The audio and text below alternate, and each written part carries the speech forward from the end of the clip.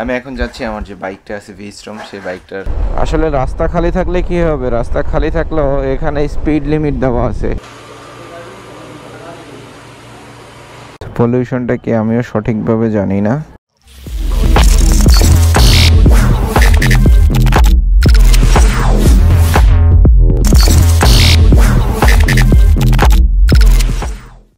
আসসালামু আলাইকুম, কি অবস্থা ভাই লোকস? আশা করি সবাই ভালো আছেন, সুস্থ আছেন। আজকে হচ্ছে গিয়ে 9 অক্টোবর। আমি এখন যাচ্ছি আমার যে বাইকটা আছে V-Strom সেই বাইকটার সার্ভিসিং করানোর জন্য। আর এখন বাজে সময় 10টা। চলুন বাইরে বের হই, পরে বাদ বাকি কথা হচ্ছে। এখনই ঘুম থেকে উঠলাম, ফ্রেশ ট্রেশ হইলাম আর আজ চলে আসলাম শুভ ভাইয়ের অফিসে। এখান থেকে বাইকটা নিয়ে তারপর এখন যাব হচ্ছে সার্ভিস সেন্টার। সার্ভিস সেন্টার এখান থেকে 20 কিলোমিটার দূরে। চলুন আগাইতে থাকি। গতকালকে এইখানেই যে কার্নিভাল হয়েছে পূজার, সো লাইভ দেখতেছিলাম অফিসে বসে বসে শুভদার। সো ভালোই লাগছে আসলে, অন্য একটা কালচার দেখতে পারছি, অন্য একটা অনুষ্ঠান দেখতে পারছি। এবং এই কলকাতায় 5-7 দিন থেকে মোটামুটি অনেকটা রাস্তাঘাট প্লাস মানুষজনের কথা সব কিছুই মোটামুটি ভালো লাগছে। আর সব থেকে ভালো লাগছে এই জায়গার মানুষের ব্যবহারগুলো, খুবই পোলাইট ব্যবহার মানুষের। এই জিনিসটা একদম অন্যরকম ছিল। আসলে রাস্তা খালি থাকলে কি হবে, রাস্তা খালি থাকলেও এখানে স্পিড লিমিট দেওয়া আছে। স্পিড লিমিটের উপরে কেউ চালাইতে পারে না। সো যদি স্পিডের উপরে চলে যায় তখন কিন্তু তার ফাইন হয়। আর শহরটা অনেক খোলামেলা, অনেক খোলামেলা, মানে মানুষজন আছে আর তারপরে শহরটা অনেক খোলামেলা। আসলে গুগল যেখানে নিয়ে যাবে লোকেশন সেট করে দিছি, ওই দিক দিয়ে যাওয়া লাগবে, তাছাড়া কোনো উপায় নাই। ব্রিজের উপরে চলে আসলাম। সামনে এটা কি হাওড়া ব্রিজ নাকি? সামনে আরেকটা বড় ব্রিজ আছে, বাকিটা দেখি। আকাশটাও খুব ক্লিয়ার, দেখতেও ভালো লাগতেছে। নো ফটোগ্রাফি এখানে, বাট আমি তো ভিডিওগ্রাফি করতেছি, তাও মোটো ব্লগে দাঁড়ায় না। সো এটা সবসময় রাত্রে মনে হয় লাইট টাইট জ্বলে বা কাজ করতেছে, এরকম হইতে পারে। আমার রাস্তা বাকি আরো 15 kilometre, 14 kilometre 20 minute. Welcome to Howrah. চলে আসলাম এখন হাওড়াতে। আর এইখান থেকে আর দেখাচ্ছে 19 মিনিটের রাস্তা। বর্ধমান 19 কিলো, হলদিয়া 11 কিলো, খড়গপুর 112 কিলো। একটু জ্যাম আছে এখানে। আজকে তো মহানবীর জন্মদিন সম্ভবত, না যেন কি ভুলে গেছি। এটা কি রেল স্টেশনের সিগন্যাল? আজকে তো মিলাদুন্নবী, তার জন্য সবাই প্রোগ্রাম হচ্ছে। मैं भारत का मुसलमान, मैं भारत का मुसलमान, मैं भारत का मुसलमान। সি আর একটু সামনে মনে হয় যেই গরম বাবা, কিন্তু রাস্তাটা ভালো ছিল, পুরোটাই হাইওয়ে ছিল, এর জন্য হাইওয়ে দিয়ে চলে আসছি। भाई सर्विस सेंटर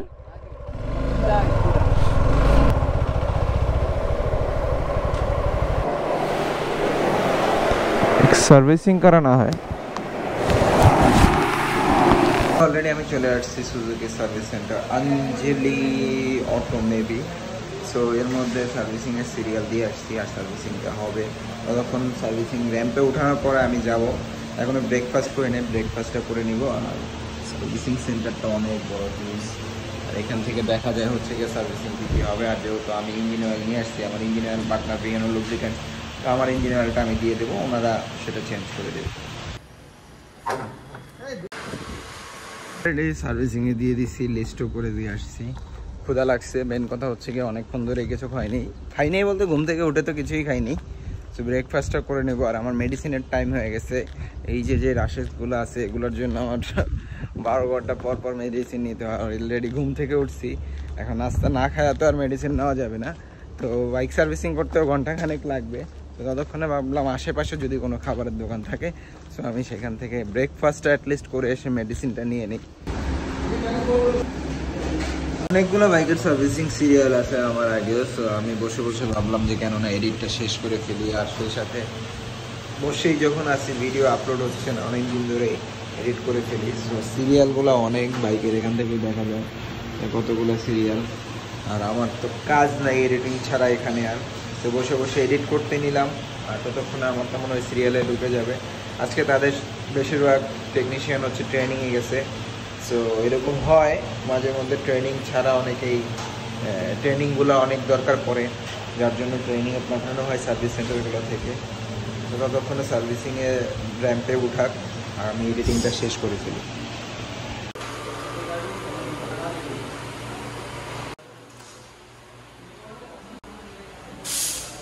সার্ভিস শেষ, এখন জাস্ট শুধু সার্ভিসের বিলটা নিব আর চলে যাব শোরুমে। কারণ হচ্ছে এটার স্মার্ট কার্ড যেটা আছে ওটা আবার আমাকে ডেলিভারি নিতে হবে শোরুম থেকে নিয়ে তারপর চলে যাবো। বাইকটা এখন কি চকচক করতেছে রে বাড়া।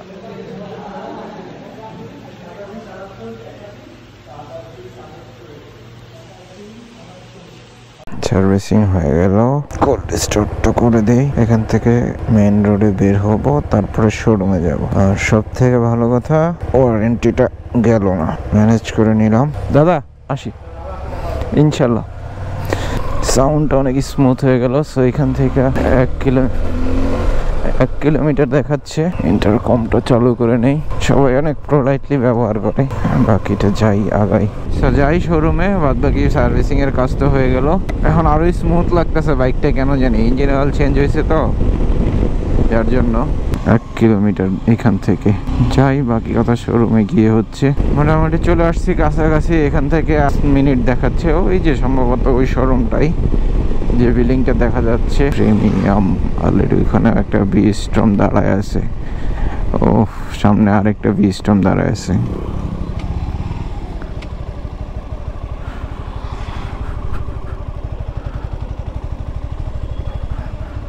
কথা বলে তারপরে নিচ্ছি। আমার এই বাইকটার স্মার্ট কার্ড রেডি আছে, সো সেটা নেওয়ার জন্য আসছিলাম। হ্যাঁ বলতেছি 1 সেকেন্ড। হ্যাঁ শিওর। আমাকে দেখবেন না। কালার একসাথে ধারা করাইলে লালটাই কিন্তু বেশি সুন্দর লাগে। জানি না কার কাছে কেমন লাগতেছে, একটু কমেন্ট করে অবশ্যই জানাবেন যে কোনটা ভালো লাগতেছে। সো এটা হচ্ছে SF250। সো স্মার্ট কার্ডটা হয়ে গেল, এখন যাচ্ছি সুবেদার অফিসে ব্যাক করে। আর যাওয়ার পথে বাইকের পলিউশন করাইতে হবে। পলিউশন পেপারসটা রেডি ছিল না, সো পাম্প আছে সামনে একটা, সামনের পাম্প থেকে পলিউশনটা করাই নেব। এখান থেকে 200 মিটার দেখাচ্ছে পাম্পটা, অন্দুল পাম্প। সো এখান থেকে করাই নিতে বললো। বাইকটা এখন অনেক স্মুথ হয়ে গেছে ইঞ্জিন অয়েলটা চেঞ্জ করার পরে। আসলেই ফার্স্ট সার্ভিসটা করায় নেওয়া দরকার ছিল আগে, তাহলে এখন আরও স্মুথ থাকতো। যাই হোক সমস্যা নাই, একটা তো সার্ভিস হয়ে গেল। এই তো পাম্প, এখান থেকেই করায় নেই। দাদা পলিউশন করাবো।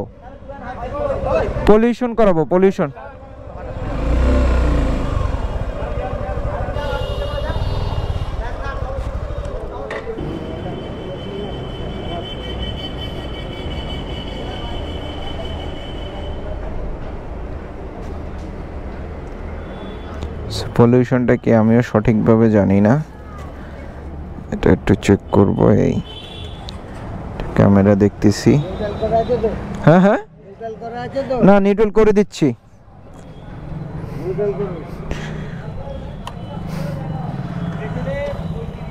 হ্যাঁ নিউট্রাল করে দিচ্ছি।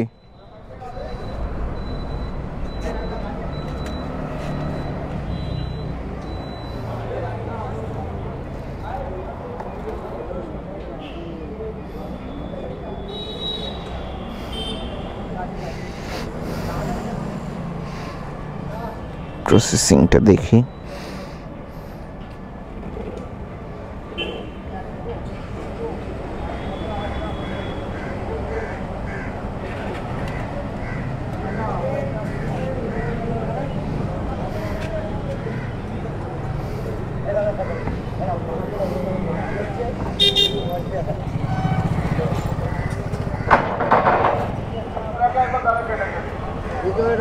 ভিতরে রাখছে।